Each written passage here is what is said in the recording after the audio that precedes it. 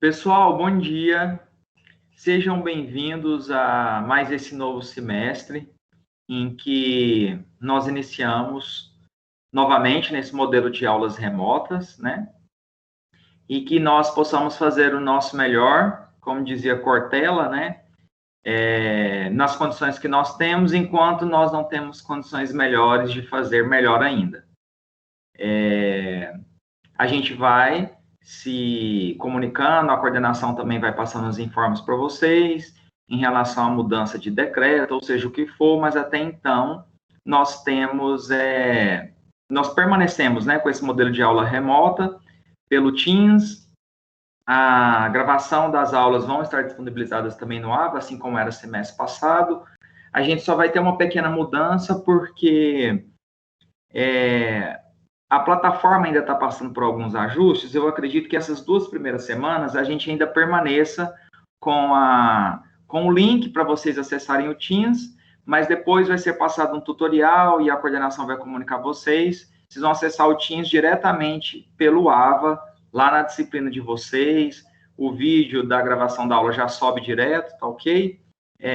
Ao invés de vocês terem que acessar o link para ir para o YouTube, ver a gravação, mas isso vai ser comunicado a vocês pela coordenação e pelos professores também.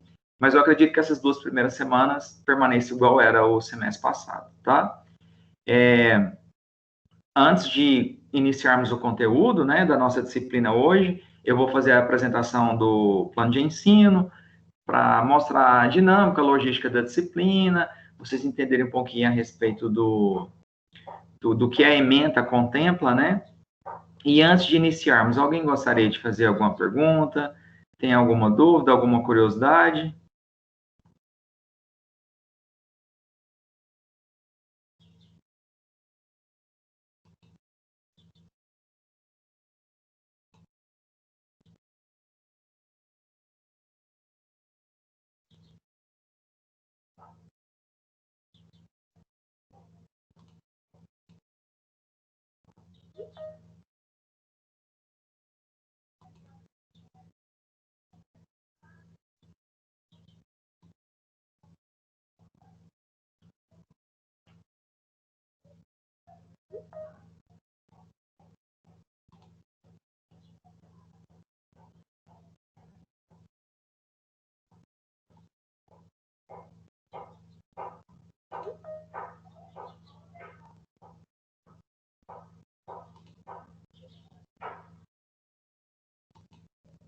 Pessoal, a tela do computador foi compartilhada aí para vocês? Por exemplo, o slide está sendo mostrado? Sim. Sim, professor. Sim? Sim.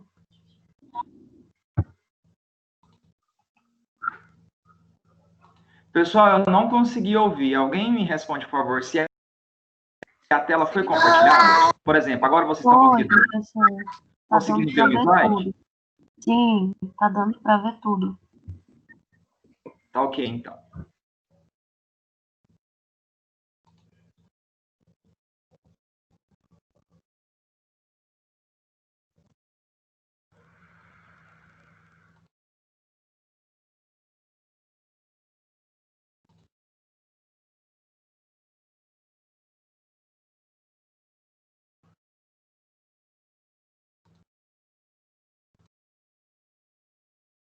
Bom, a disciplina que nós vamos trabalhar esse semestre é a disciplina de homeopatia. Essa disciplina contempla uma terapia alternativa, né, bastante polêmica, que inclusive é desacreditada por parte da comunidade médica e inclusive farmacêutica também. A homeopatia, ela tem uma metodologia de tratamento que é completamente diferente do que vocês já estudaram ou estão acostumados em relação à terapia ou à farmacoterapia alopática, tá? A alopatia, ela tem uma metodologia e um fundamento e embasamento de tratamento que é muito diferente da homeopatia. A gente vai comentar isso na apresentação do plano de ensino hoje, ao longo das nossas aulas, tá? E eu até brinco com meus alunos, que antes eu até sofria muito, porque eu me sentia incapaz quando, ao final da disciplina, o aluno ainda não acreditava na homeopatia. Hoje eu já abstraí isso, eu não mais me preocupo, eu não fico chateado se o aluno não acredita na homeopatia, desde que ele saiba manipular e compreender os métodos, né, e procedimentos relacionados à manipulação, à farmacotécnica homeopática. Para mim, eu já dou por satisfeito que eu atingi o objetivo com a disciplina. Ok?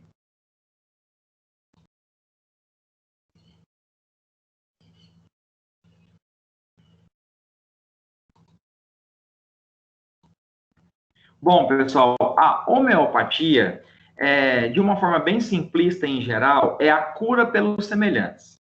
As práticas médicas vigentes que a gente tem hoje é a alopatia, que é a cura pelos contrários. Então, a gente trabalha com medicamentos antihipertensivos, antibióticos, antipiréticos, anticoncepcionais, antidiabéticos, é cura pelos contrários. Homeopatia é a cura pelos semelhantes. Não confundam cura pelos semelhantes com utilizar na homeopatia o mesmo agente causador da doença para tratar a doença. Não é isso. Isso seria o princípio, por exemplo, de vacinas. É uma cura também, preventiva, né, pelos semelhantes, mas no caso das vacinas, por exemplo, nós temos vírus vivos atenuados, que é o mesmo agente causador da doença. Na homeopatia, não é isso. Quando se diz cura, porque no caso das vacinas, isso se chama isoterapia, tá? Tratar a intoxicação também por uma substância, utilizando o mesmo agente, mas de forma dinamizada, ou seja, diluída, isso é tautoterapia. Então, a gente tem outras formas de cura pelos semelhantes, igual tautoterapia, isoterapia, mas homeopatia significa o quê?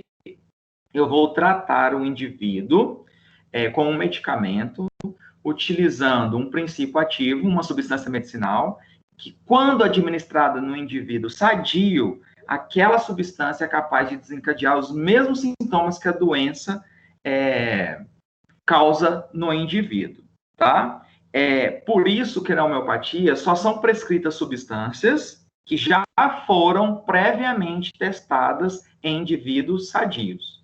Então, se eu administro, por exemplo, quina a um indivíduo que esteja equilibrado emocionalmente, a um indivíduo que esteja com estado de saúde eficiente, digamos assim, que ele não esteja manifestando nenhum quadro sintomático de alguma enfermidade, e se essa quina, ao ser administrada para um indivíduo sadio, desencadeia sintomas semelhantes ao da malária, eu vou utilizar a quina como princípio ativo em um medicamento homeopático para tratar a malária, tá?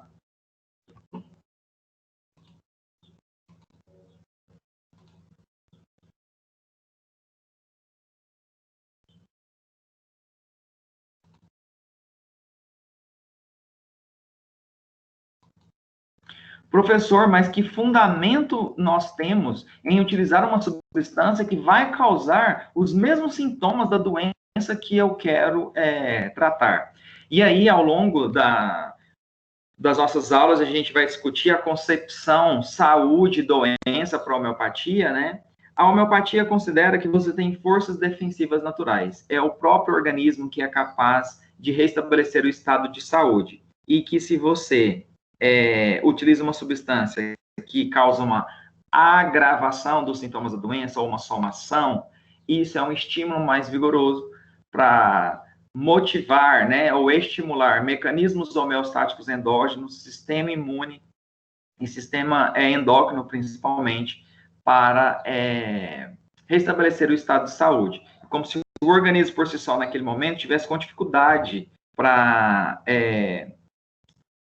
estimular, né, ou para desencadear os seus mecanismos homeostáticos endógenos, tá? Por isso que, já adiantando, os medicamentos homeopáticos são altamente diluídos, para diminuir essa fase de agravação dos sintomas, tá? E como eles são muito diluídos, nós não temos, ao final do medicamento prescrito, seja ele em forma líquida ou de glóbulos, por exemplo, concentração ponderal de princípio ativo que justifique a ligação a receptores. assim como a gente explica o mecanismo de ação de medicamentos alopáticos, né? Então, o mecanismo de ação na alopatia envolve a ligação a receptores, exercendo ação agonista, antagonista.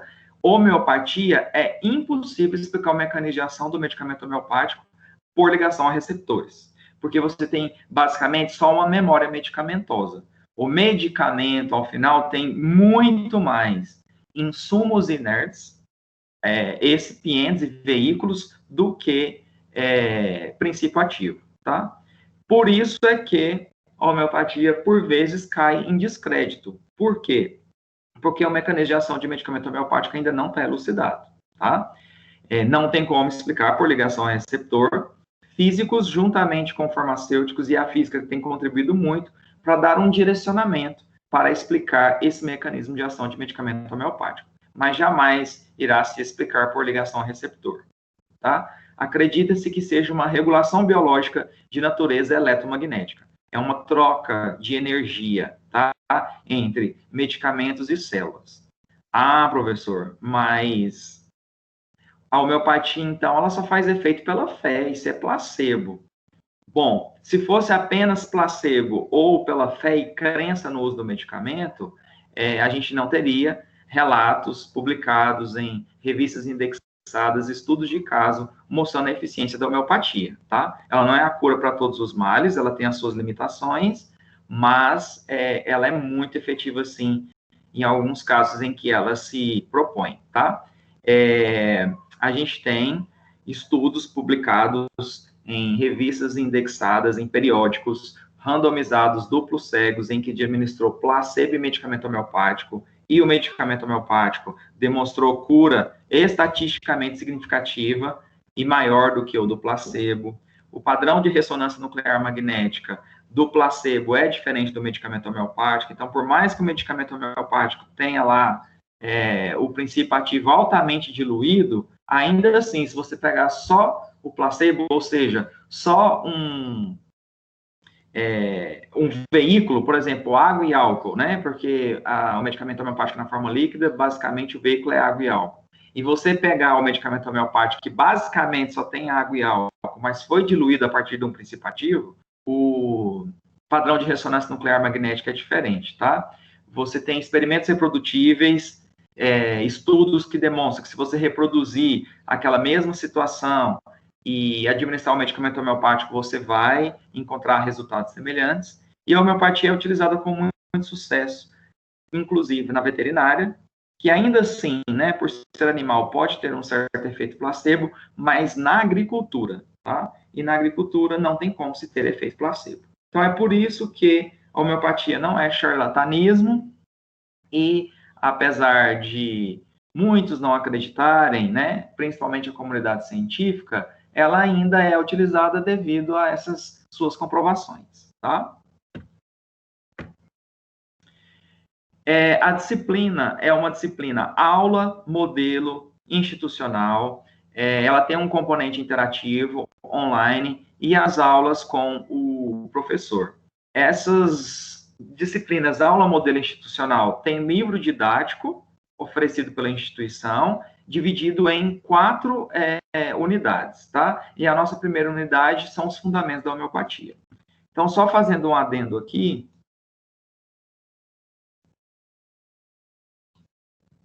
no ambiente virtual de aprendizagem, lá na disciplina de homeopatia,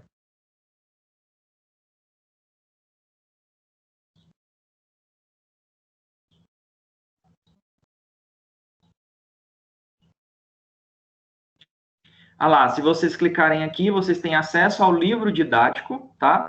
Com as 4 unidades. Hoje a gente está na seção 1 da unidade 1. E aqui na unidade 1 vocês já têm alguns materiais, tá? Eu fiz a postagem da aula de hoje. Aqui, ó, aula, princípios da homeopatia. São os slides da aula de hoje, tá? Aqui estão os links, né? Porque, por enquanto, como eu disse, esses links ainda serão disponibilizados, mas depois as aulas vão ser direto aqui pelo AVA e vai ser passado um tutorial para vocês. Então, como a disciplina é interativa, vocês têm que acessar o livro didático, baixá-lo para fazer a leitura, e dentro de cada sessão de cada unidade, unidade tem lá atividade diagnóstica, que são 3 questões objetivas, e atividade de aprendizagem, que são 3 questões objetivas também. Tem que fazer, porque isso vale nota, eu vou mostrar a distribuição dos pontos. E sempre ao final de cada unidade, na seção 3,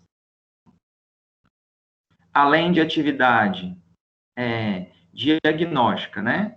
E atividade de aprendizagem, vocês têm aqui avaliação da unidade, tá bom? Aqui, ó, avaliação da unidade. Mas, pessoal, apesar de se ter o livro, né? Apesar de se ter essas atividades, todo o material que eu utilizar para as aulas, eu vou estar postando, né? Os slides. E se tiver algum outro material também, PDF, algum artigo, aí eu comunico vocês, tá bom?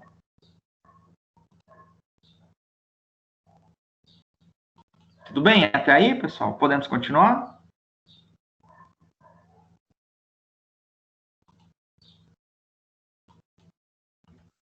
Tudo bem. Bom, a primeira unidade da disciplina que a gente começa hoje, são 3 sessões para cada unidade, né? A primeira a gente fala principalmente dos fundamentos da homeopatia.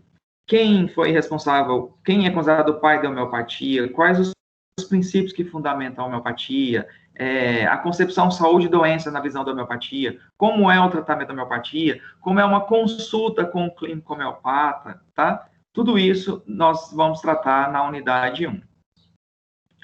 Na unidade 2, a gente vai falar de conceitos homeopáticos. Então, falar a respeito do medicamento homeopático, quando ele é líquido, quando ele for na forma de glóbulos, as substâncias utilizadas como insumo ativo para o preparo desses medicamentos homeopáticos, tá? Os processos relacionados à construção, né, de uma farmácia homeopática, quais as legislações devem ser seguidas e observadas para as boas práticas de manipulação de formas farmacêuticas homeopáticas. Então, isso é a unidade 1 e 2, e é o conteúdo a ser cobrado na avaliação oficial 1, ok? Para a avaliação oficial 2, a gente entra na unidade 3, com a manipulação das formas farmacêuticas homeopáticas propriamente ditas, tanto as líquidas quanto as sólidas, e como há diluições do medicamento homeopático, a gente tem métodos para a produção desses medicamentos e escalas, tá? A escala é que define a proporção de diluição entre insumo ativo e insumo inerte. Então, a gente fica com a unidade 3 e 4 só para falar da farmacotécnica homeopática. Tá? Então, a gente tem formas farmacêuticas homeopáticas de uso interno de forma líquida e de forma sólida, tá? As sólidas são principalmente os glóbulos, mas pode ter comprimido e tablet também. As líquidas, né? E nós temos também formas farmacêuticas homeopáticas de uso externo, pomada, gel, cremes homeopáticos, tá? Então, tudo isso a gente vai comentar na unidade 3 e 4, que aí já faz parte do conteúdo da avaliação oficial 2.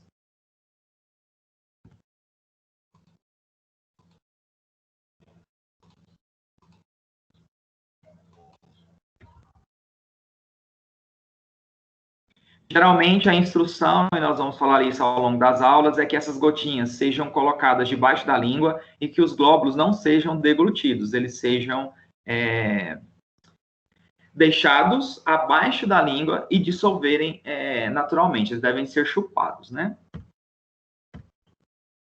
Aqui são os objetivos da disciplina a serem alcançados ao final do semestre. Vou postar esse plano de ensino para vocês, não tenho por que eu ficar fazendo a leitura desses objetivos, né? Vou mostrar aqui para vocês a ordem que a gente vai seguir para a apresentação e do conteúdo e da maneira como a gente vai trabalhar. Hoje é essa aula aqui, ó, princípios da homeopatia. Tá? A homeopatia ela é fundamentada e embasada por 4 princípios. Ela trabalha com a cura pelos semelhantes, que é o princípio da similitude. Lembrando, eu não uso o mesmo agente causador da doença para tratar a doença. Isso é isoterapia, igual vacina. Ou usar um agente diluído, dinamizado, para tratar a intoxicação por aquele agente. Por exemplo, uso de chumbo diluído para tratar a intoxicação por chumbo. Isso é tautoterapia. A cura pelo semelhante da homeopatia é usar uma substância para produzir um medicamento homeopático, e se aquela substância for administrada no indivíduo sadio, ela causa os mesmos sintomas da doença manifestada pelo paciente. Então, eu só uso substâncias que já tenham sido previamente testadas, e desde o século XVIII, pelo pai da homeopatia, elas vêm sendo testadas, e até hoje nos institutos de pesquisa em homeopatia, tá? A experimentação no homem sadio, né, que é também chamada de experimentação patogenética, porque nenhuma substância é administrada sem ter sido testada antes. Como eu vou usar uma substância que causa no indivíduo sadio os mesmos sintomas da doença a ser tratada, eu diluo essas substâncias, então o outro princípio é a dose mínima, para não ter uma fase muito eficiente, né, de agravação ou somação dos sintomas. E o uso do remédio único, que na homeopatia nós vamos comentar isso hoje, que geralmente acredita-se que cada indivíduo tem um medicamento que é capaz de abarcar a totalidade dos sintomas apresentados por ele, que é o chamado simílimo. Mas eu vou falar melhor disso depois. A aula da semana que vem é sobre os medicamentos mais prescritos na homeopatia, com ricas patogenesias, né, que são os policrestos. A gente tem os semipolicrestos, que não são tão prescritos, e os que são aqueles menos utilizados na prática clínica. A consulta homeopática, como que ela ocorre, como que um clínico homeopata lida com os sintomas apresentados pelo paciente, como ele analisa o paciente para prescrever um determinado medicamento, né? E dentro da homeopatia, os clínicos podem trabalhar em diferentes escolas homeopáticas, tá? E a gente vai comentar isso na aula da semana que vem. A gente tem a escola unicista, alternista, pluralista, complexista, organicista.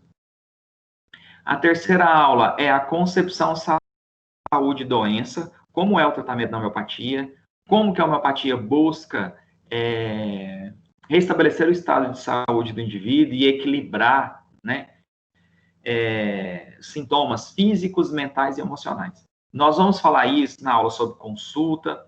Para a consulta homeopática é importantíssimo que o clínico compreenda todas as características relacionadas à vida do indivíduo e não apenas os sintomas físicos, não apenas a dimensão física do corpo. Então, a homeopatia tem uma visão holística, tá? Ela equilibra sintomas físicos, mentais e emocionais, ela baseia muito no efeito rebote do organismo, e a gente vai falar a respeito disso. A unidade 2, ela é mais relacionada a questões de legislação sanitária, as resoluções, as RDCs relacionadas às boas práticas de manipulação e instalações e processos de uma farmácia homeopática, né? Então, quem quer montar uma farmácia homeopática, quais são as resoluções, os procedimentos e as normas que devem ser seguidas, né? Os medicamentos homeopáticos, de que maneira eles devem ser manipulados, as matrizes, de que modo elas podem ser armazenadas na farmácia, tá? Isso aqui encerra o unidade 1 e 2 e é o conteúdo da primeira avaliação oficial, da primeira VA. Na segunda VA, a gente trabalha com a farmacotécnica homeopática. Então, a gente vai ver quais os métodos e escalas a gente pode utilizar para manipular tanto as formas farmacêuticas líquidas quanto as sólidas, né? As sólidas é o caso dos glóbulos, dos comprimidos, dos tablets. As líquidas são as gotinhas mesmo, né?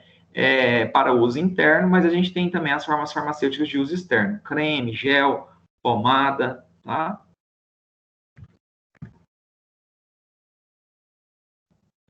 Bom, a metodologia que nós iremos utilizar para as nossas aulas inicia-se de modo remoto até segunda ordem em relação aos decretos, e isso independe da instituição. Isso é algo que é do governo municipal, né? Mas a gente vai ter sempre a gravação dessas aulas, a disponibilização delas. Vocês têm o material institucional disponibilizado no AVA, né? Os exercícios e situações, problemas propostos, que eu vou passar não só em sala de aula, mas também lá nessas atividades do ambiente virtual, né? E a nossa disciplina, ela tem também um componente prático, tá? Se as aulas voltarem presencialmente, toda semana a gente teria aula prática. Como nós estamos nesse modelo de aulas remotas, e se ele permanecer até o final do semestre, a coordenação já determinou 4 datas para nós termos aula prática. Essa aula prática vai ser no horário da aula, ou seja, de 8 às 10h30, em 4 quartas-feiras no semestre, se as aulas não voltarem presencialmente até lá. 2 aulas para a primeira VA, que vai ser dia 9 de setembro e dia 30 de setembro. Então, dia 9 e 30 de setembro, nós não vamos estar aqui pelo Teams ministrando a aula. A gente vai estar no laboratório, em aula prática, lá na faculdade. Laboratório multidisciplinar, tá? Mas aí a paramentação, os EPIs, eu passo direitinho para vocês, se até lá as nossas atividades não tiverem voltado presencialmente. E na segunda VA vai ser dia 4 de novembro e dia 25 de novembro, que a gente vai ter essas aulas práticas. Aí, se vai ser necessário divisão de turma, a Dayana é que vai olhar direitinho e a coordenação vai passar baseado no número de alunos. Você vai haver necessidade de ter divisão de turma, tá bom?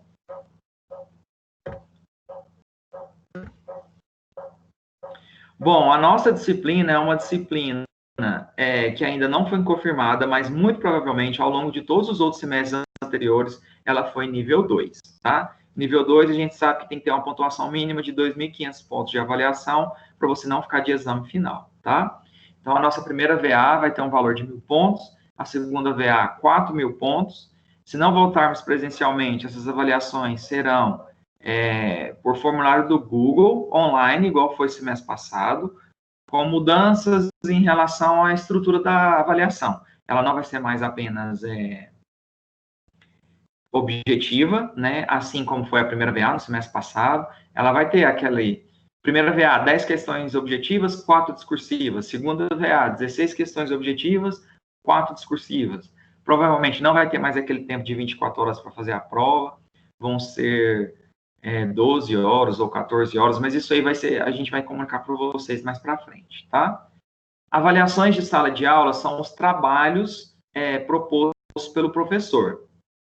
Se nós não voltarmos presencialmente, provavelmente esse trabalho também vai ser aplicado por forma de formulário do Google, e cada professor vai decidir como vai ser, e essa pontuação é de 1.000 pontos para a primeira avaliação oficial e 1.500 pontos para a segunda avaliação oficial. As atividades virtuais... O Murilo está tentando entrar. Tá.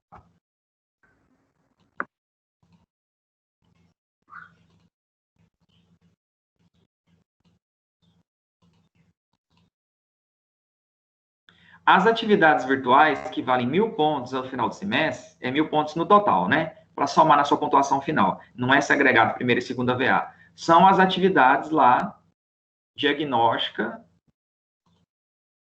essas atividades diagnóstica e de aprendizagem, e quando nós temos a seção 3, além de atividade diagnóstica e de aprendizagem, nós temos a avaliação da unidade, né? Aqui, avaliação da unidade. Aí essas atividades feitas no ambiente virtual da unidade 1, 2, 3 e 4 equivalem a essa pontuação aqui de 1.000 pontos, tá? E tem o que nós chamamos de atividades transversais, que valem pontuação para todas as disciplinas às quais você está matriculado, né? Que é o estudo dirigido da matriz, da sua grade, tem lá os cursos livres, os de nivelamento, se o seu período contempla o desafio nota máxima, eles vão valer essas pontuações aqui, né?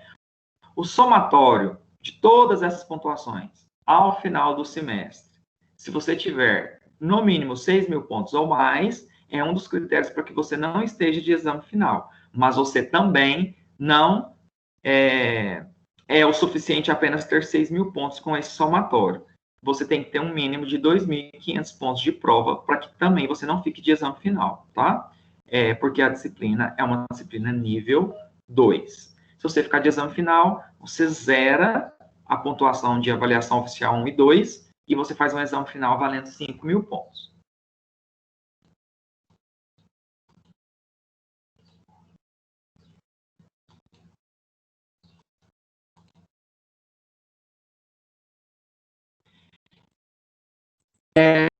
serão disponibilizados para vocês uma nota extra para somar a pontuação aqui, que é aquela avaliação que vale 1.000 pontos, e essas notas extras serão de que forma? Você pode ter aqui de nota extra na avaliação oficial 1. Então, por exemplo, você pode tirar 700 pontos e ainda poder ir com 1.000 pontos se você cumprir esses critérios aqui, porque é uma nota extra. Agora, se você tirar 1.000 pontos na primeira VA, esse ponto extra, ele, entre aspas, fica perdido, né? Para os períodos que tem desafio nota máxima, você vai ter 100 pontos extras. A nota do desafio nota máxima vai estar lá, contabilizada à parte, tá? Se você cumprir essa meta aqui, além da nota lá do seu desafio da nota máxima, você vai ter 100 pontos extras na primeira VA, se você realizar o simulado do desafio nota máxima e 10 listas de exercícios até o dia 5 de outubro. Se você realizar o estudo dirigido da sua matriz até o dia 21 de setembro, você também pode ter 100 pontos extras na primeira VA. E aquelas atividades do AVA, atividade diagnóstica, atividade de aprendizagem, da unidade 1 e 2, se você fizer todas elas até a data de fechamento, porque quando você abre aqui, ó, por exemplo, aqui, atividade diagnóstica, só como um exemplo.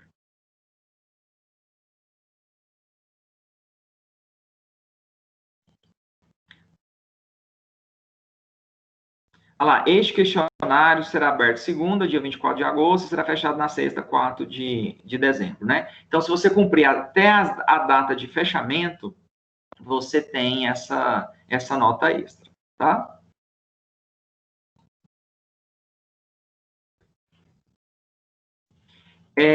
A disciplina, além das nossas aulas presenciais, com a postagem dos slides das aulas, vocês têm ainda um livro didático, né? Como eu já passei para vocês aqui, esse livro já está disponível, você clicar aqui, ó, livro didático. Aqui, versão para impressão, você pode baixá-lo para imprimir ou ainda salvar o PDF, né, no seu computador.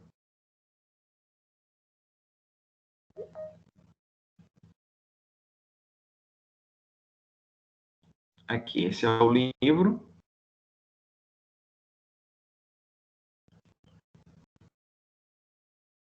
Bom, que ele resolve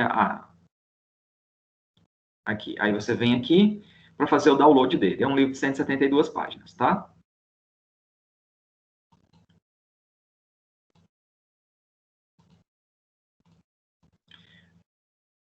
Além disso, você tem na biblioteca interativa livros de homeopatia, né?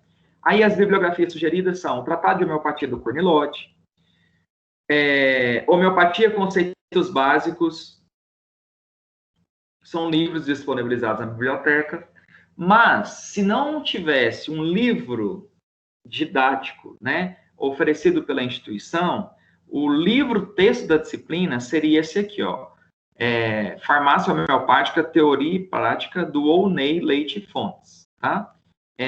A última edição é de 2018, que é a 5ª edição, e esse livro é um dos poucos livros no ensino superior em que a gente pode utilizar realmente como livro-texto para disciplina, que tem todo o conteúdo. Muito difícil você disponibilizar uma bibliografia para uma disciplina em faculdade, no ensino superior, que ele possa ser utilizado como um livro-texto e que ele contemple todo o conteúdo. E para a homeopatia a gente tem esse livro-texto, que seria esse aí, do Ounei Leite Fontes. É um livro excelente. Quem gostar da disciplina, quem se apresentar afinidade, quiser fazer TCC na área, ou até quiser seguir a área da homeopatia, esse livro é livro de cabeceira, a Bíblia, tá? Do farmacêutico homeopata. Aí pode adquiri-lo, tem ele em e-book, né? Tem ele o livro físico assim também. É um livro bastante acessível, tá? Ele não vai passar de R$100. E fica aí como sugestão para vocês de bibliografia, tá? Mas vocês já têm para a disciplina um livro-texto e os slides das nossas aulas, tá? Vamos iniciar o conteúdo. Alguém tem alguma dúvida sobre o plano de ensino ou sobre a dinâmica, logística das nossas aulas? Alguém tem alguma curiosidade? Gostaria de dizer algo antes da gente começar? Professor, bom dia. Bom dia. Para as aulas práticas, vai ser dia 9, né? Vai ter o critério de quem é grupo de risco para não ir ou todo mundo tem que ir? Então, a questão dos EPIs, né, e a paramentação necessária, se vai haver divisão de turma, ou se existe alguns que venham a ser dispensados, a coordenação vai passar para nós, e aí, a partir da semana que vem, eu comunico vocês, tá?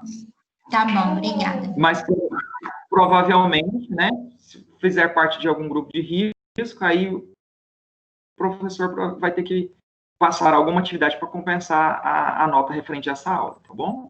Tá E a bom. presença. Ok.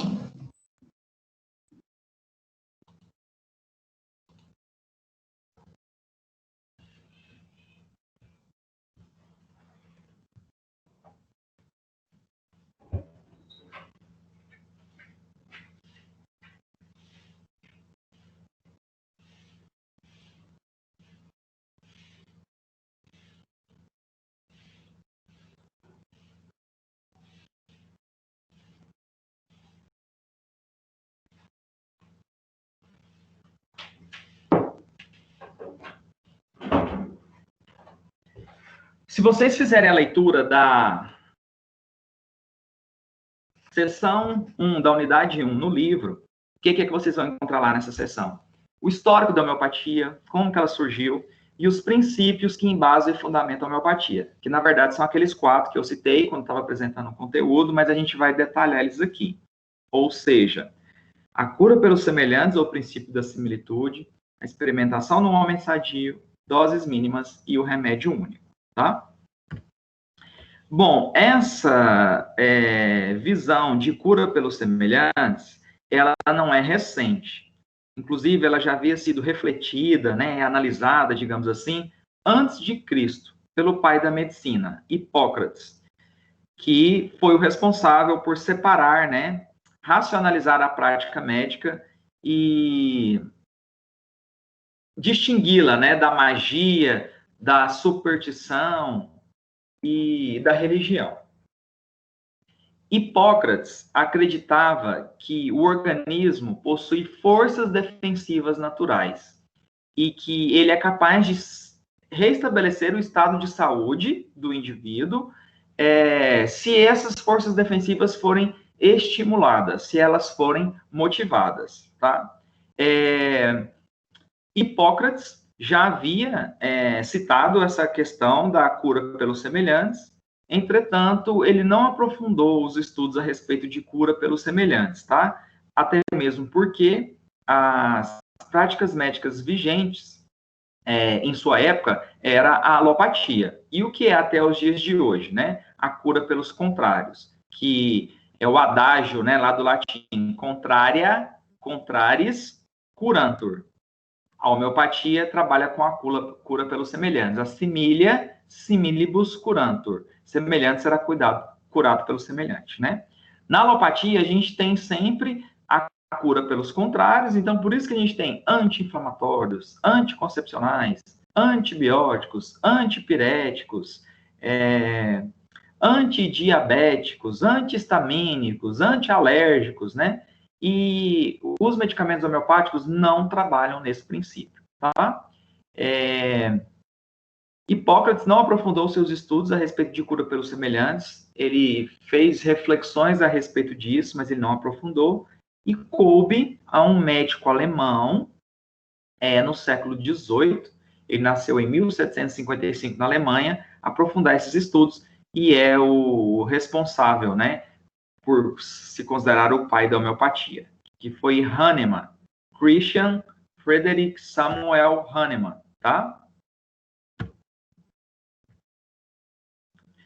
Hipócrates não aprofundou seus estudos sobre o princípio da similitude e coube a Samuel Hahnemann demonstrá-lo clinicamente e firmá-lo como um método terapêutico bem como adotá-lo de uma farmacotécnica própria, tá? Então, agora nós vamos falar um pouquinho da biografia de Hahnemann. Não há nenhum artigo, palestra, congresso de homeopatia que o nome dele não venha a ser citado. Ele é que deixou todas as obras com toda a fundamentação e toda a farmacotécnica para a produção de medicamentos homeopáticos, tá? Então, Hahnemann é o pai da homeopatia, criou a homeopatia. Ele nasceu na Alemanha em 1755. Essa foi a casa onde ele foi criado. Os seus pais eram artesãos da porcelana e uma das profissões de maior prestígio na época era de mercador da porcelana.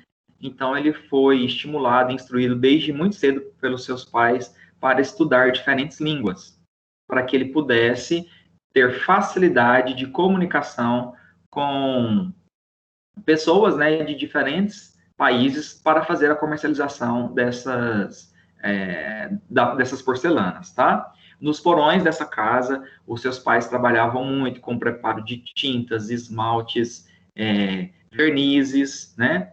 E para a pintura dessas porcelanas, e isso criou desde muito cedo uma afinidade e um gosto de Hahnemann pela química, inclusive até mesmo relacionado a uma memória afetiva, porque isso relacionava, né, muito aos seus pais. Christian, então, Frederick Samuel Hahnemann estudou e falava fluentemente diversos tipos de língua, tá? Alemão, que era a língua mãe dele, né? Mas ele também falava inglês, francês, espanhol, latim, árabe, grego e hebreu. E durante muito tempo isso possibilitou a ele viver como tradutor de livros. Hahnemann era bastante estudioso e, na sua época, vigoravam duas correntes filosóficas que explicavam, ou a visão que elas tinham sobre a vida, tá? Que era o vitalismo e o organicismo. O vitalismo acredita-se que a vida é concebida devido a uma força superior ou energia vital, daí vitalismo. Essa energia ou força vital, essa força superior, era capaz de atuar sobre as estruturas orgânicas, sobre as células, sobre os tecidos biológicos e propiciar a vida no organismo. O organicismo acreditava-se que a vida era possível graças à organização das estruturas orgânicas. Então, pelas células serem estruturas ou compartimentos fechados, isso propiciava condições internas constantes, que é a homeostase, e isso é que propiciava a vida, tá? Para Hahnemann, o princípio vital era a causa e não a consequência da estrutura orgânica. Então, ele era partidário do vitalismo. Então, ele acreditava-se que a vida era concebida devido a essa força ou energia vital. Então, se você for pegar um conceito de homeopatia, vai falar assim, ó, é um sistema médico-farmacêutico, filosófico e científico. Por que filosófico? Porque Hahnemann acreditava-se que a vida era concebida devido à força ou energia vital. E por que isso é filosófico e não é científico? Porque não há método científico que comprove a existência ou não da força ou energia vital. A vida, os organismos vivos, são dotados de vida devido a essa força ou energia vital, devido a essa força superior? Não há método científico para comprovar, corroborar, refutar, né? Para corroborar, comprovar ou para refutar, ou seja, negar isso. Então, isso fica no campo da filosofia, tá? Por isso que a homeopatia tem um componente filosófico e científico. Porque não há método científico que comprove, corrobore ou que negue, refute a força ou energia vital. Mas Hahnemann acreditava nessa força ou energia vital. Inclusive, para ele, matéria da próxima aula, a enfermidade, a doença, é uma perturbação na força ou energia vital do organismo. E aí você, por vezes, precisa de um estímulo para que essa força ou energia vital restabeleça o estado de saúde. E para Hahnemann, esse estímulo é o medicamento homeopático. Aos 20 anos, né, ele nasceu em 1755. Ó, 10 de abril de 1755. Então, aos 20 anos, Hahnemann formou-se médico, tá? E 4 anos depois, porque na época não se tinha, né, esse tempo que se tem hoje para o curso de medicina, ele já estava defendendo a tese de doutorado dele, tá? 1779. Essas cidades aqui são cidades da Alemanha mesmo, tá? Apesar de ser médico, Hahnemann era muito contrário às práticas médicas da época.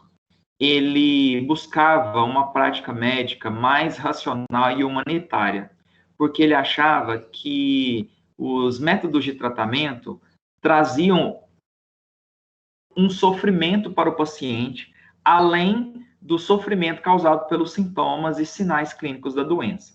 Então, ele achava a medicina enganosa, baseada em práticas arbitrárias e muito empíricas. Então, na sua época, eram muito comuns as sangrias, o uso de fórmulas muito complexas, medicamentos muito concentrados, tóxicos, e ele era completamente contrário a isso. Na verdade, ele se sentia muito desestimulado em atuar na medicina em virtude disso, porque ele era completamente contrário à forma como os pacientes eram tratados na época, né? Por quê? Porque ele buscava sempre uma prática médica mais humanitária e racional. Então, em 1787, ele abandonou a medicina por julgá-la empírica e enganosa e baseada em hipóteses arbitrárias, e ele passou-se a se dedicar à química e à tradução de livros, porque, como nós vimos, Hahnemann falava e escrevia fluentemente diversas línguas, né?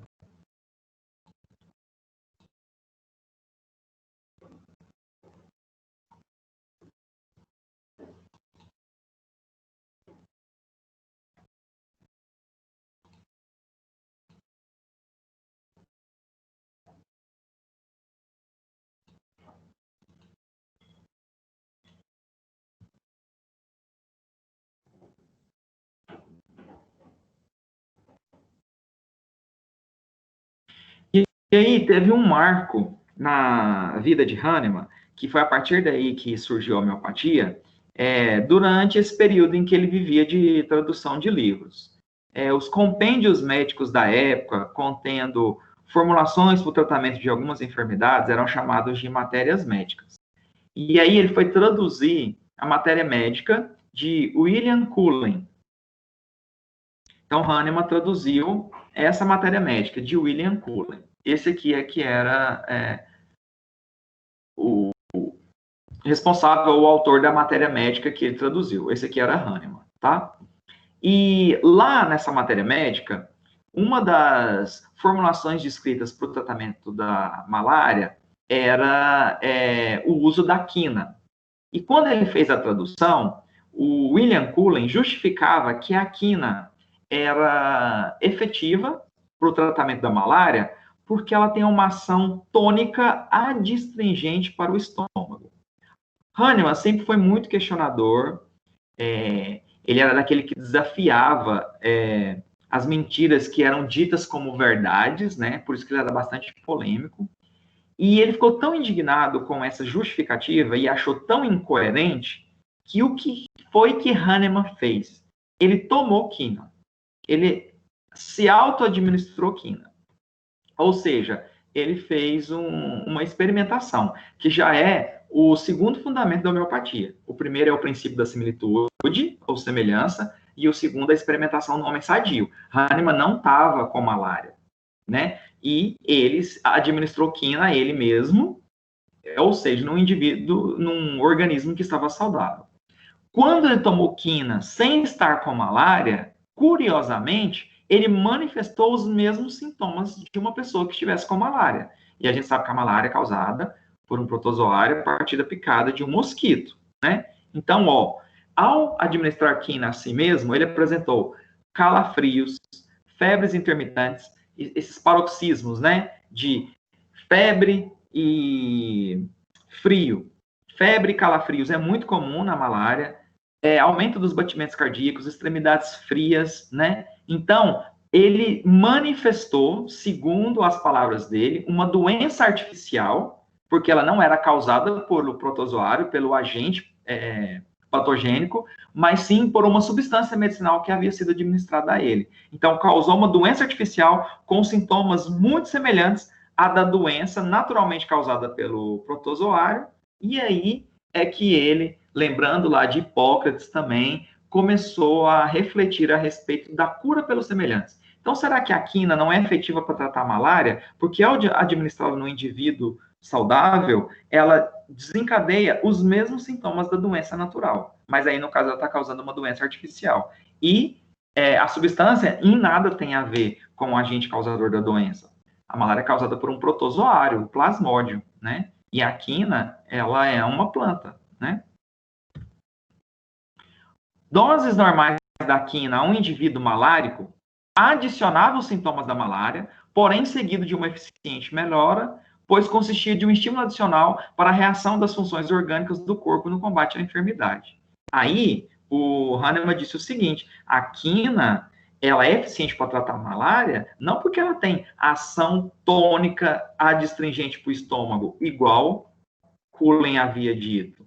É porque quando eu administro ela a um indivíduo saudável, eu desencadeio uma doença artificial com os mesmos sintomas da doença natural. Então, se eu der essa substância para uma pessoa doente, para um indivíduo malárico, eu vou ter uma fase de agravação ou somação desses sintomas, mas depois isso é seguido de uma eficiente, né, significativa, porque, segundo o Hahnemann, isso causava um estímulo mais vigoroso para estimular forças defensivas naturais, mecanismos homeostáticos endógenos, sistema imune e sistema endócrino, tá? Por isso que depois, não aqui no início, ele passou a diluir os medicamentos homeopáticos para eu ter uma diminuição dessa fase de adição ou somação dos sintomas, tá? E aí, Hahnemann ficou extremamente curioso, estimulado, motivado e muito empolgado e passou a realizar experimentos testando diversos outros tipos de drogas, advindos de planta, de animais, do reino mineral, e todos os sintomas desencadeados pela pessoa quando ele administrava a substância, ele compilava, ele anotava isso. Então, ele buscou amigos, buscou parentes e pedia para que essas pessoas voluntariamente tomassem essas substâncias. E aí ele verificava quais os sintomas que aquela substância causava na pessoa, quando era administrada aquela substância, e quando um paciente vinha até o seu consultório com uma determinada doença, ele buscava os sintomas desencadeados quando ele administrou uma substância para uma pessoa saudável e usava aquela substância para tratar aquele paciente, tá? Lá, catalogava os seus efeitos, né? E a partir da compilação dos sinais e sintomas que essas substâncias provocavam no homem sadio, decidiu fazer novas observações, administrando essa substância num homem doente, tendo uma doença natural com sintomas semelhantes aos causados pela substância que causa uma doença artificial no homem sadio, né? Para confirmar se o princípio da similitude funcionava na prática. E, na grande maioria das vezes, Hahnemann alcançava uma cura significativa, com resultados positivos, e por isso ele passou a ser muito procurado, né, por pacientes para tratar diversos tipos de enfermidade, e quanto mais o tempo passava, mais diferentes tipos de drogas ou substâncias medicinais ele administrava para ter um catálogo, né, ou para ter uma diversidade de substâncias mais ampla para tratar uma gama maior de enfermidades, tá?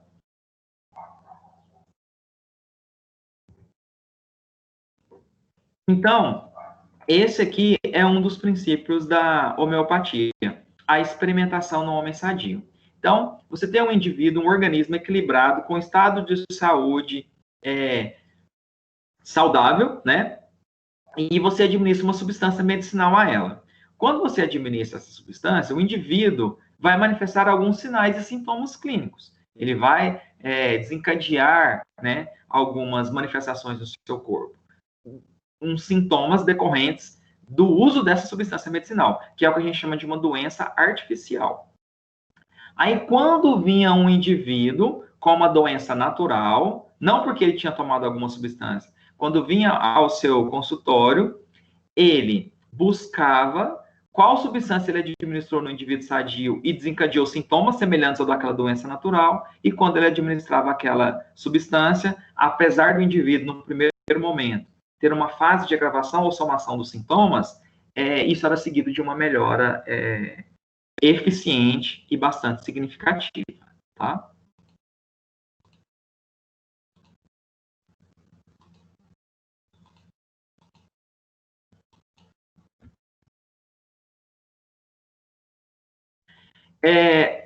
Apesar de alcançar resultados positivos na maior parte dos seus tratamentos, Hahnemann ainda não estava satisfeito com a fase de agravação ou somação dos sintomas.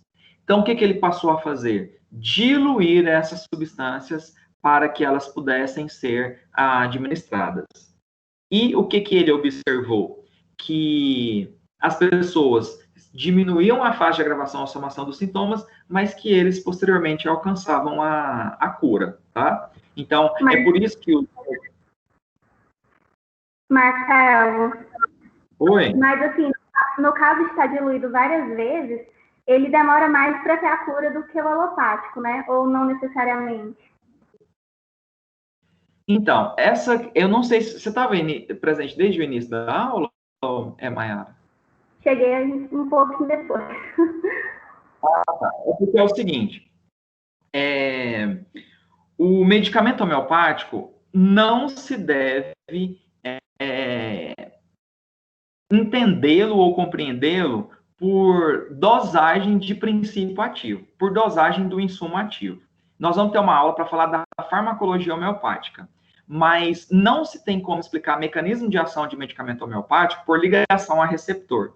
Por quê? Porque ele está altamente diluído e o medicamento a ser dispensado, basicamente, ele só vai ter o insumo inerte, o adjuvante, o excipiente, tá? Não se tem elucidado ainda o mecanismo de ação de medicamento homeopático e acredita-se que seja uma regulação biológica de natureza eletromagnética. É uma troca de energia. O fundamento da terapêutica homeopática... Só um minutinho, deixa eu só terminar o raciocínio. O fundamento do tratamento na homeopatia, ele é muito diferente da medicina alopática, porque ele é baseado nessa questão de trocas de energia, né? E já adiantando uma informação que a gente vai ver em aulas para frente, mas que justifica essa sua pergunta. Por que é que o medicamento homeopático demora um tempo maior para fazer o efeito? Nós não temos, na homeopatia, especialidades. Por exemplo, clínico homeopata cardiologista, clínico homeopata ortopedista, clínico homeopata pneumologista. Nós temos apenas o clínico homeopata. Por quê? Porque a homeopatia trata o indivíduo de forma holística, como um todo. E para a homeopatia, qualquer sintoma físico que você tem, uma diarreia, um vômito, uma dor de cabeça, enxaqueca, alergia, ela tem uma causa mental e emocional. E essa causa mental e emocional, ela se manifestou, projetou no físico, porque você tende a preservar os órgãos mais nobres, como o cérebro, por exemplo. E aí, essa troca de energia, quando você começa a administrar o medicamento homeopático com o seu organismo, ele vai primeiro a nível mental, depois no emocional, e como esses sintomas físicos são consequências dessa perturbação na dimensão mental e emocional, a dimensão física é a última a ser tratada. Porque, por exemplo, uma enxaqueca crônica na homeopatia, se for investigar, pode ser que ela adivinha de um estresse ou de conflitos de relações interpessoais no casamento, por exemplo. Então, é sempre a nível mental e emocional. E nós teremos uma aula para isso também. Uma consulta homeopática, ela é extremamente demorada.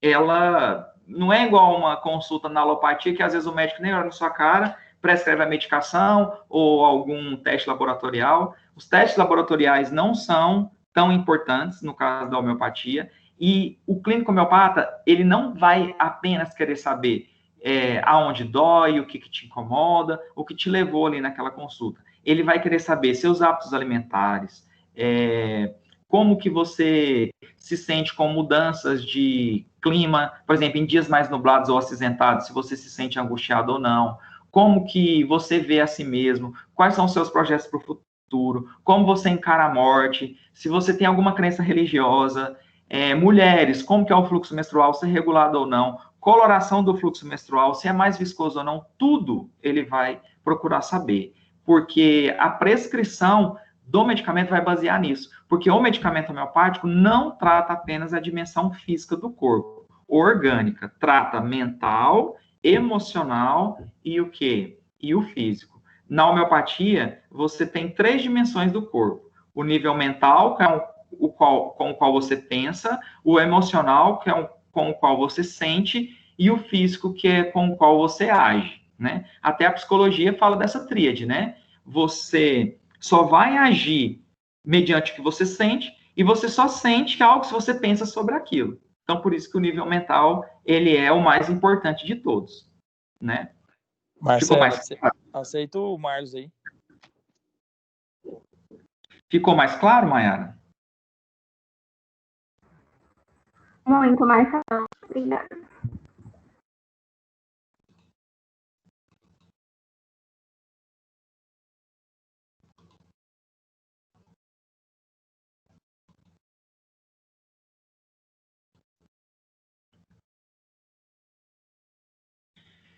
Outra coisa muito curiosa, Hahnemann, além de ter ficado muito satisfeito com a diluição, né, do insumativo, ter diminuído essa fase de agravação ou somação dos sintomas, ele ainda percebeu o seguinte: os pacientes que moravam mais distantes de sua casa, eles se recuperavam mais rapidamente do que aqueles que moravam mais próximos.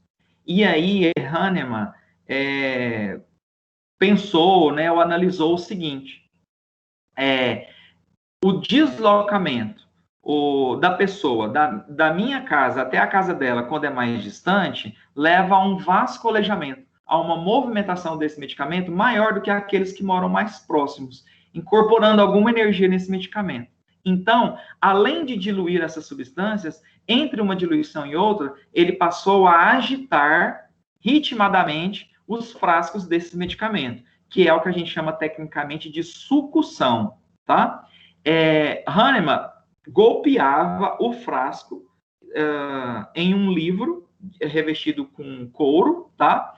E isso hoje está na farmacopeia homeopática. Entre uma diluição e outra, você tem que fazer agitação vigorosa ou sucção. São 100 sucções em cada diluição, e é preconizado hoje o uso de um anteparo semirrígido, que é uma almofadinha com uma espuma de densidade 23 em volta com capa de couro.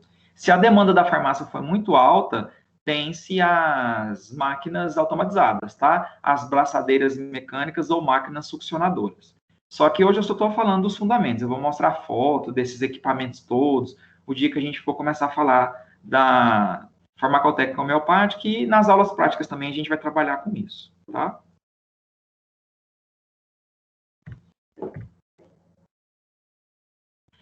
Em 1805, depois de tratar vários pacientes baseados nesse princípio da similitude, Hahnemann publicou um livro chamado De Esculápio na Balança, criticando as práticas médicas vigentes da época, achando baseadas, né, em práticas arbitrárias, muito empírica, baseada em medicamentos tóxicos, formulações complexas, sangrias. Então, ele acusou a prática médica de ser ineficaz e enganosa, criando muitos inimigos, né, na comunidade médica da época, porque ele era um médico criticando as práticas médicas da época. 5 anos depois, ele publicou um outro livro chamado de Organon da Arte de Curar. E esse é o livro que tem todo o embasamento, toda a doutrina, tanto filosófica quanto a farmacotécnica, para a produção de medicamentos homeopáticos. Então, as farmacopeias homeopáticas, elas têm a padronização de controle de qualidade ou produção de medicamentos homeopáticos baseados nessa publicação, que é a Organon da Arte de Curar, tá? Toda a doutrina homeopática e seus ensinamentos estão descritos neste livro, tá?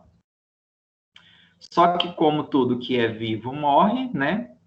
Em 1843, se não me engano, aos 88 anos, isso, cercado do mais nobre reconhecimento por toda a contribuição que ele trouxe, por criar uma metodologia, né, de tratamento completamente diferente da alopatia, Hahnemann faleceu, deixando 21 livros, 25 traduções. Tem-se aí uma foto do túmulo dele nos dias atuais, tá? Para o Brasil, a homeopatia foi trazida por um seguidor de Hahnemann, né, 3 anos antes de sua morte. Então, ele morreu em 1843, a homeopatia foi trazida para o Brasil em 1840, por um médico francês. Essa é uma ilustração dele, chamado de Benoît Jules Mouret. Então, Benoît Jules Mouret foi o responsável por trazer a homeopatia para o Brasil em 1840, tá?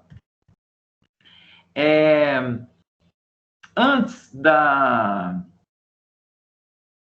do estabelecimento da profissão farmacêutica como responsável pela produção de medicamentos, eram os próprios médicos, os clínicos homeopatas, responsáveis pela manipulação desses medicamentos, a partir de insumos ativos ou tinturas importadas.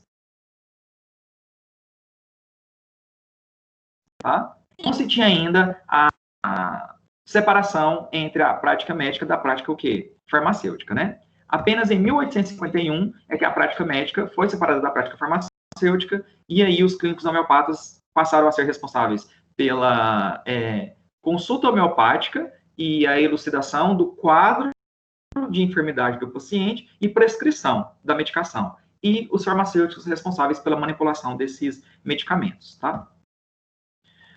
Porque é o seguinte, pessoal, o cenário dos boticários, né, ou das boticas, ele foi estabelecido no século XVII no Brasil, por volta de 1640, mais ou menos, tá? Só que esses boticários, eles não tinham uma formação farmacêutica. Eram, fazendo uma analogia com os dias de hoje, esses raizeiros, herveiros, que tinham um conhecimento prático, por vezes baseado apenas no senso comum, transmitido pela medicina popular ou doméstica, aquele conhecimento tradicional, advindo de familiares, né? E eles tocavam, através da sua experiência cotidiana, e o tratamento de enfermidades, né, baseado nessa cultura popular, tá? Só em 1824 é que o ensino de farmácia surgiu como uma cadeira da escola de medicina. Ele era ensinado, né, as ciências farmacêuticas dentro do curso de medicina, mas só em 1839 é que se teve 2 escolas de farmácia, em Ouro Preto e São João del Rei. Aí foi quando surgiu a formação em farmácia, a graduação, né, em 1839, mas aí só em 1851, 39, só 12 anos depois que se estabeleceu as duas primeiras faculdades de farmácia no Brasil, é que se separou a prática médica da prática farmacêutica. Mas se você for buscar em artigos, isso gerou muita polêmica, a duras penas e com muita discussão. Só em 1886 mesmo é que houve esse embasamento ou essa legalidade em relação a exercimento da profissão farmacêutica apenas por farmacêuticos que eram formados, né? Até você tirar aí esse cenário dos boticários, tá? Então, aqui tem algumas figuras, né, dessas boticas, frascos, né, mais antigos, utilizados na época, para armazenamento das tinturas, como insumos ativos para produção de medicamentos homeopáticos, de algumas substâncias, almoxarifado de alguma dessas farmácias. Então, do século XVII até o século XIX, figurou-se as boticas, né? Mas, quando surgiram as escolas de farmácia em 1839, aí houve a transição das boticas para as farmácias propriamente ditas, né? Aqui já é um cenário já mais voltado para as farmácias, quando se houve o estabelecimento da profissão farmacêutica. Tá? Aqui, pessoal, nós temos frascos com a ilustração de algumas tinturas, que a gente vai ver que o insumo ativo para produzir o medicamento homeopático a partir de planta e animais, a gente basicamente usa não a planta fresca, né, ou triturada, ou animal recém-dessecado, né, ou recém-sacrificado. A gente geralmente usa a tintura deles, tá?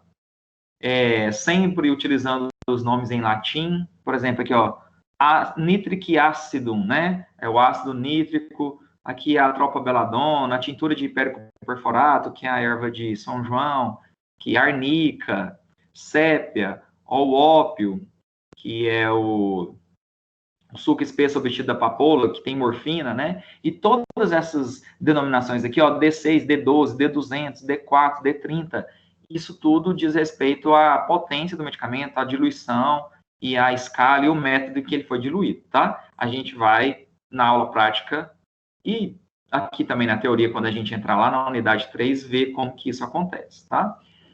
Como especialidade médica, há 40 anos atrás, é que a homeopatia foi reconhecida pelo Conselho Federal de Medicina, pela resolução número 1000 de 1980, tá? Então, é relativamente recente, né? Só há 40 anos atrás é que a homeopatia foi estabelecida como uma especialidade médica.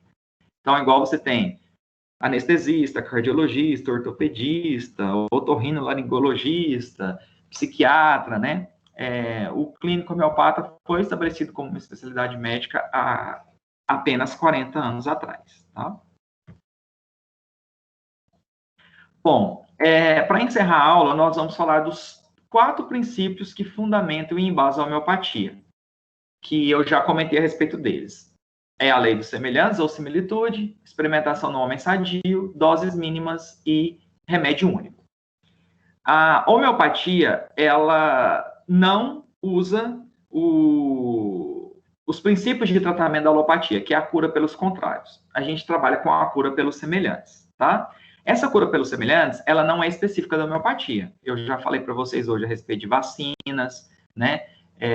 Que usa vírus vivos atenuados, então é o uso do próprio agente causador da doença para prevenir a doença. A radioterapia, que as radiações são capazes de induzir a mutações no DNA e a formação de tumores, mas é utilizado para tratar tumores e conter o crescimento de câncer, né? Então, tudo isso é lei dos semelhantes. Mas, na homeopatia, não é o uso dos mesmos agentes causadores da doença para tratar a doença.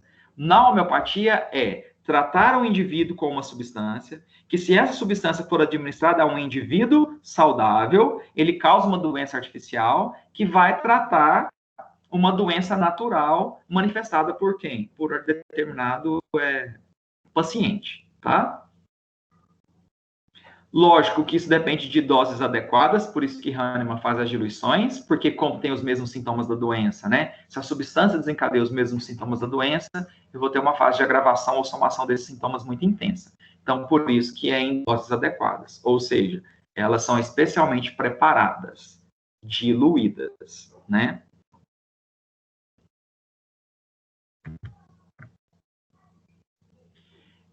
Por exemplo, a experimentação da beladona, que é uma planta, né? O extrato dela é muito rico em alcaloides, igual iociamina, ou até atropina, escopolamina, tá? Quando você administra beladona a um indivíduo saudável, ele tem febre alta, o rosto fica ruborizado, né, uma face vermelha escarlate, o olhar fica agressivo com as pupilas dilatadas, isso é muito comum entre os alcaloides, a pupila dilatar, né? A pessoa se torna extremamente irritada com reações violentas. Se um indivíduo for ao consultório de um clínico homeopata manifestando esses sintomas, desencadeado por alguma doença, vai ser prescrito para ele beladona. Porque quando a beladona é administrada ao indivíduo saudável, ela desencadeia o quê? Esses sintomas. E vejam vocês, quando o Hahnemann fez a experimentação, e até hoje nos institutos de pesquisa de homeopatia é feita a experimentação, eu não analiso apenas sintomas físicos, tá? Igual febre e a face ruborizada, olhar agressivo e com pupilas dilatadas. Olha lá, extremamente irritado e com reações violentas. Então, eu analiso também sintomas mentais e sintomas o quê? Emocionais, tá? Essa é a tropa beladona, pode-se utilizar as folhas, mas esses frutinhos pretos doces têm também muitos princípios ativos, por isso que é comum intoxicação, né? E o medicamento homeopático, então, visa equilibrar as dimensões físicas, emocionais e mentais do indivíduo. Como a Mayara perguntou, né? O fato do medicamento homeopático geralmente levar um tempo maior para fazer efeito é porque primeiro ele trata sintomas mentais e emocionais para depois desaparecer os sintomas físicos da doença ou da enfermidade, tá?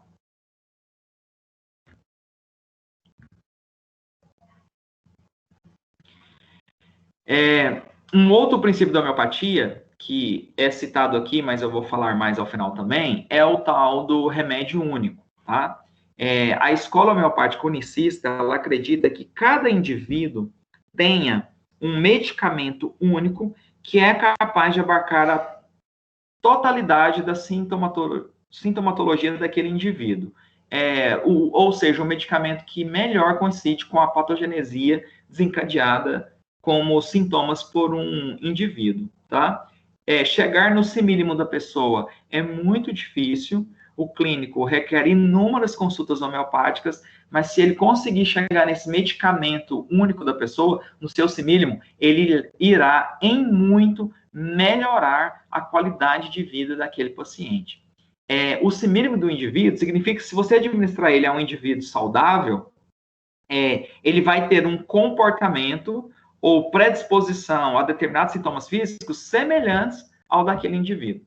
Então, se é uma pessoa que tem muita enxaqueca ou é muito propício a enfermidades do estômago, como azia, má digestão, se você administrar esse mínimo de um indivíduo para uma outra pessoa, aquela outra pessoa vai ter sintomas característicos e comportamentos semelhantes ao do indivíduo ao qual aquele simílimo pertence, tá? Isso é o que a gente chama de remédio único.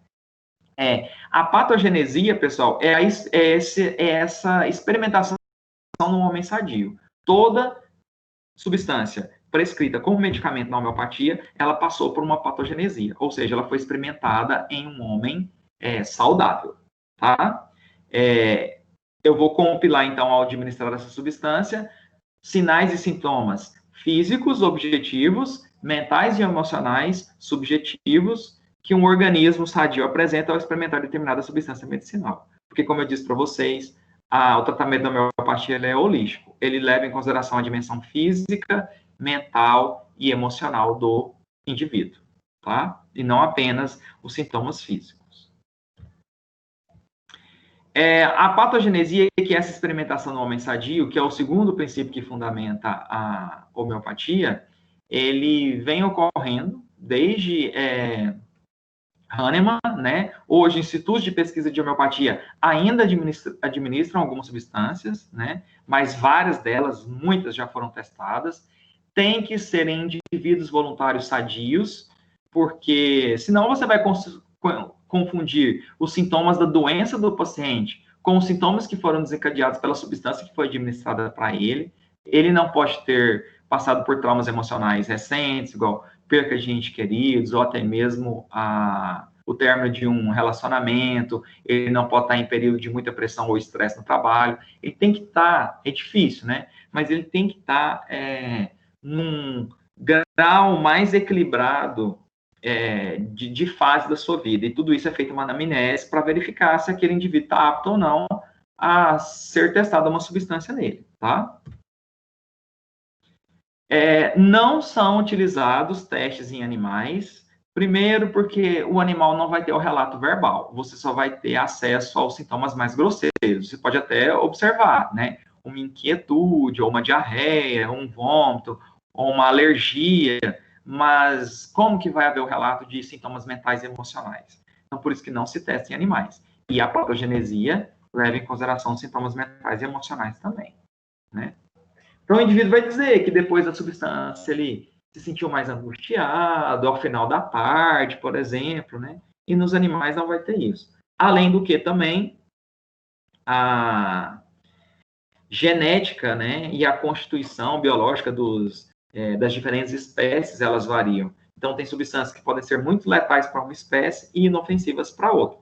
Então, cada espécie apresenta uma reação própria. Só como exemplo aqui, a beladona, né, inclusive, ela pode ter efeitos alucinógenos e pode ser usada até como droga recreativa. Com o controle da dosagem, ela tem ação terapêutica, né? Agora, em doses mínimas, ela é letal para um elefante, que é um organismo, né, de porte muito maior do que seres humanos, entretanto é letal para essa espécie, né? Por quê? Porque cada um responde de uma forma. Tem uma outra planta, a nosvomo, que é o acônito, que é inofensiva para suínos, para porcos e para cães também, mas pode matar o homem. Então, por isso que não tem como fazer os testes em animais, porque cada espécie responde de uma forma. Além disso, como eu disse, né, animal não se expressa por palavra, então eu não vou saber sintomas mentais e emocionais. E os indivíduos doentes não são utilizados para testar essa substância, porque senão eu confundo os sintomas da doença que o indivíduo está manifestando com os sintomas da substância que foi administrada. Esse termo, então, experimentação patogenética, homeopática ou pura, nunca se esqueçam que é o ato de testar substâncias medicinais em indivíduos sadios, para que eu possa catalogar os sintomas físicos, mentais e emocionais que ela apresenta manifestando aqueles sintomas, eu administrar aquela substância.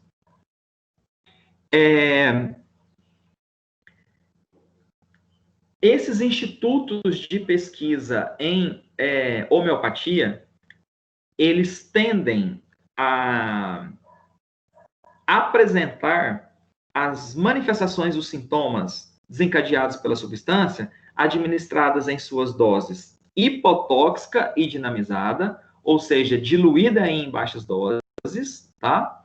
E o ideal seria eu testá-la também em doses tóxicas. Mas a dose tóxica, ela não é testada a esses voluntários sadios. Só a hipotóxica, que é em baixa concentração, e a dinamizada. Eu só tenho um relato de desencadeamento dos sintomas na dose tóxica quando eu consigo acesso a registros da literatura médica sobre casos de intoxicação acidental. Tá? Por quê? Porque mesmo que esses indivíduos sejam voluntários nesses institutos de pesquisa, não tem como eu administrar dose tóxica e deixar aquele indivíduo em risco de morte, tá? Então, essas doses tóxicas, elas são colhidas de registro da literatura médica em hospitais de pessoas que se envenenaram acidentalmente. Por que testa a dose tóxica? Para ver, na maior concentração, que risco aquela substância pode trazer. Mas na homeopatia, eu só vou administrar para o tratamento ela na forma dinamizada. Eu testo na dose hipotóxica também, para eu me isentar de todo e qualquer risco em relação ao uso daquela substância, para que eu tenha total segurança. Tá? Olha lá, administrada a voluntários sadios, né? Eu administro substâncias sob duas formas, placebo e o medicamento, porque tem pessoas que só o fato de estar recebendo uma substância, apenas pelo efeito placebo, ele desencadeia alguns sintomas, né? Mas isso aí não foi pela substância, foi por questão psicológica mesmo, por isso que é administrado na forma duplo cego, né? Duplo cego é quem recebe o medicamento e quem administra não sabe, só o diretor do experimento. Bom, então nós temos como princípios que fundamentam a homeopatia. Primeiro, princípio da similitude, ou cura pelos semelhantes. Experimentação patogenética homeopática ou pura, que é a experimentação no homem sadio. A terceira agora é as doses mínimas, né? A gente viu que Hahnemann passou a administrar doses diluídas para ter uma menor fase de agravação ou somação dos sintomas. E quando ele fez isso, os pacientes alcançavam a cura também. Então, ficou estabelecida as doses mínimas, tá? Isso aqui é o que está sendo explicado, descrito, de acordo com o que eu já expliquei, é só para vocês estudarem. E só uma informação aqui nesse último tópico, é que, além dos medicamentos serem diluídos, entre uma diluição e outra, Hahnemann passou a succionar, ou seja, agitar de forma ritmada o frasco contendo as diluições, porque isso foi concluído quando ele observou que pessoas que moravam mais distantes de sua casa se recuperavam mais rapidamente do que aqueles que moravam mais próximos. Então, antes, quando ele não fazia essas agitações, ele acreditava que aqueles que moravam mais distante, o medicamento vasculejava. Ele movimentava, né, dentro do frasco em maior quantidade do que aqueles que moravam próximos. Então, ele acreditava que esse vasculejamento incorporava alguma energia ao medicamento e contribuía de forma positiva para o tratamento, tá? Essa sucção hoje, ela é preconizada pela farmacopeia homeopática, sem sucções. Você tem que golpear 100 vezes o fundo do frasco a um anteparo semirrígido. Hahnemann usava um livro com capa de couro, e nas farmácias usa ou uma espuma de densidade 23 encapada com couro sintético, ou um equipamento, que é as braçadeiras mecânicas, que na aula práticas e na aula sobre a farmacotécnica homeopática eu vou mostrar foto para vocês. Existe um termo na homeopatia, que é a dinamização, medicamento dinamizado. Dinamizado significa que ele foi diluído e succionado, ou seja, agitado. Tá? Olha lá, ó. O medicamento diluído e succionado a gente chama de dinamização. Então, fazer a dinamização é diluir e golpear o fundo do frasco 100 vezes contra um anteparo semirrígido, tá?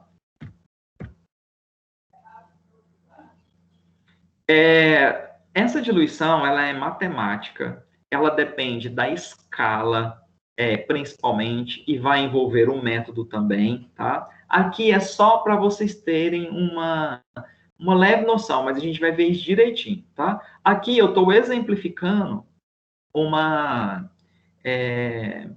diluição de um medicamento homeopático na escala centesimal, usando uma parte do insumo ativo, tá vendo?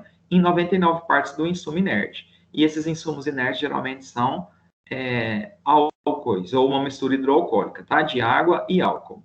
Então, olha aqui. Uma parte do insumo ativo, geralmente vem de uma tintura mãe, na primeira diluição ou dinamização.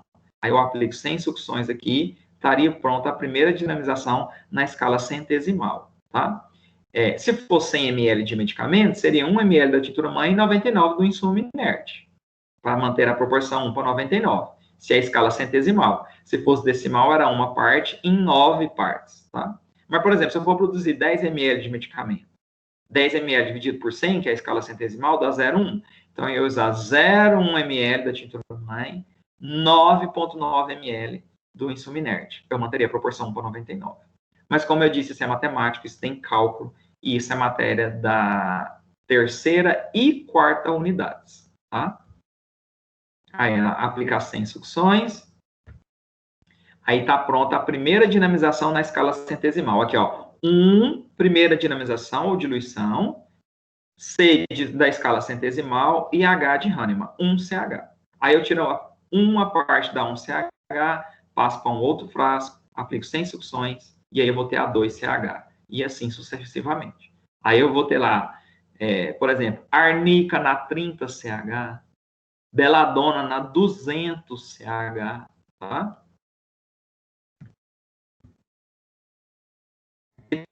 Também na escala centesimal, tá vendo? Uma parte, 99 partes do insumo inerte, 100 sucções, eu tenho a 1CH, aí eu pego uma parte da 1CH, coloco num frasco que vai ter que ter 99 partes do insumo inerte, aplico 100 sucções, está pronto a 2CH, e assim sucessivamente, tá? Como eu disse para vocês, nunca tentem compreender a potência do medicamento homeopático pela concentração de insumo ativo. Na verdade, é o contrário.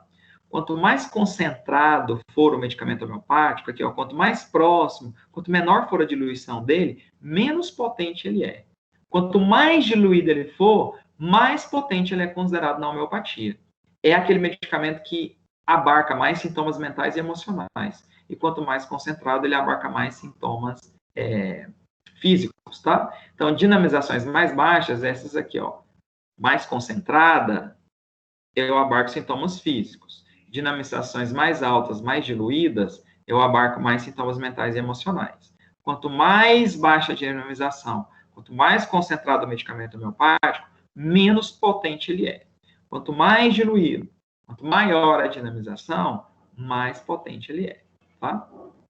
E só para vocês terem uma ideia, a partir da 12CH, que é a 12ª potência, né, a 12ª diluição na escala centesimal, eu ultrapasso o número de Avogadro, tá? Ou seja, nem 6 vezes 0,2 vezes 10 elevado a 23 partículas do insumo ativo eu vou ter, de tão diluído que o medicamento é. O último fundamento da homeopatia, o último princípio dela é o remédio único, tá? Mas o remédio único só é adotado pela escola homeopática unicista. Então, nós temos 3 princípios que fundamentam a homeopatia como um todo.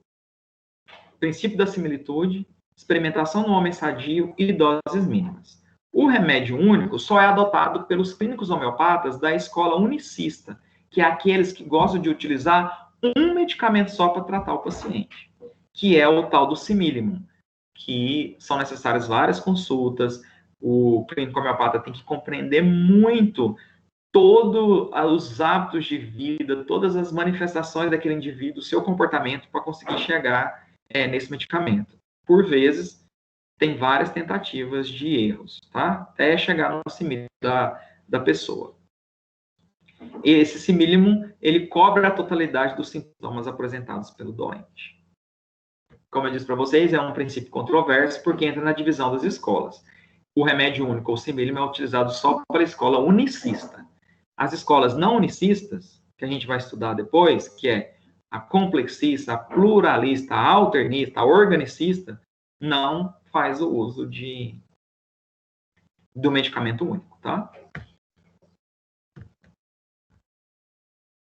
O remédio único constitui um dos fundamentos mais importantes da homeopatia, do ponto de vista médico-científico, e o mais difícil de ser realizado na prática, pois exige do clínico conhecimentos bastante profundos da matéria médica homeopática.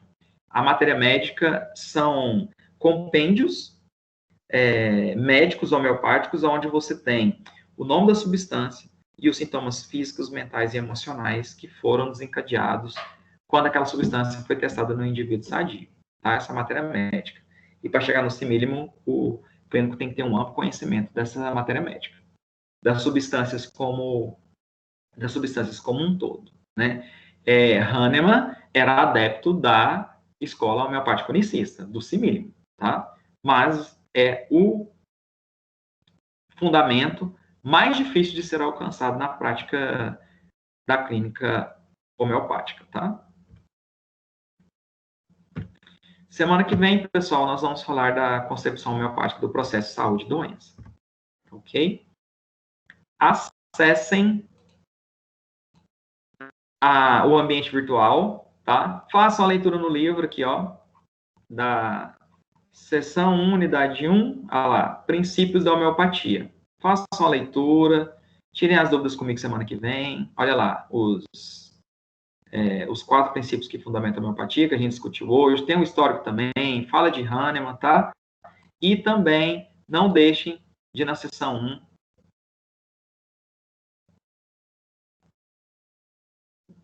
realizar já, para não ir acumulando, e depois de você fazer a leitura do livro e ver os meus slides, que já estão aqui, ó, esses slides é esse aqui, ó, aula, princípios da homeopatia.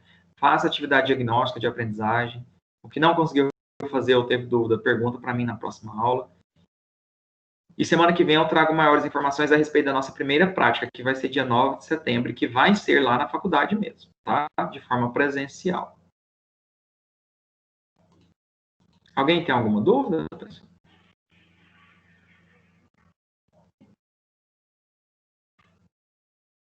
Tudo bem? Então, até semana que vem, então. Fiquem com Deus. Se cuidem.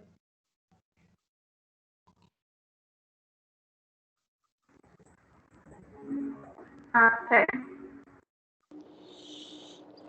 Até. Tchau, professor.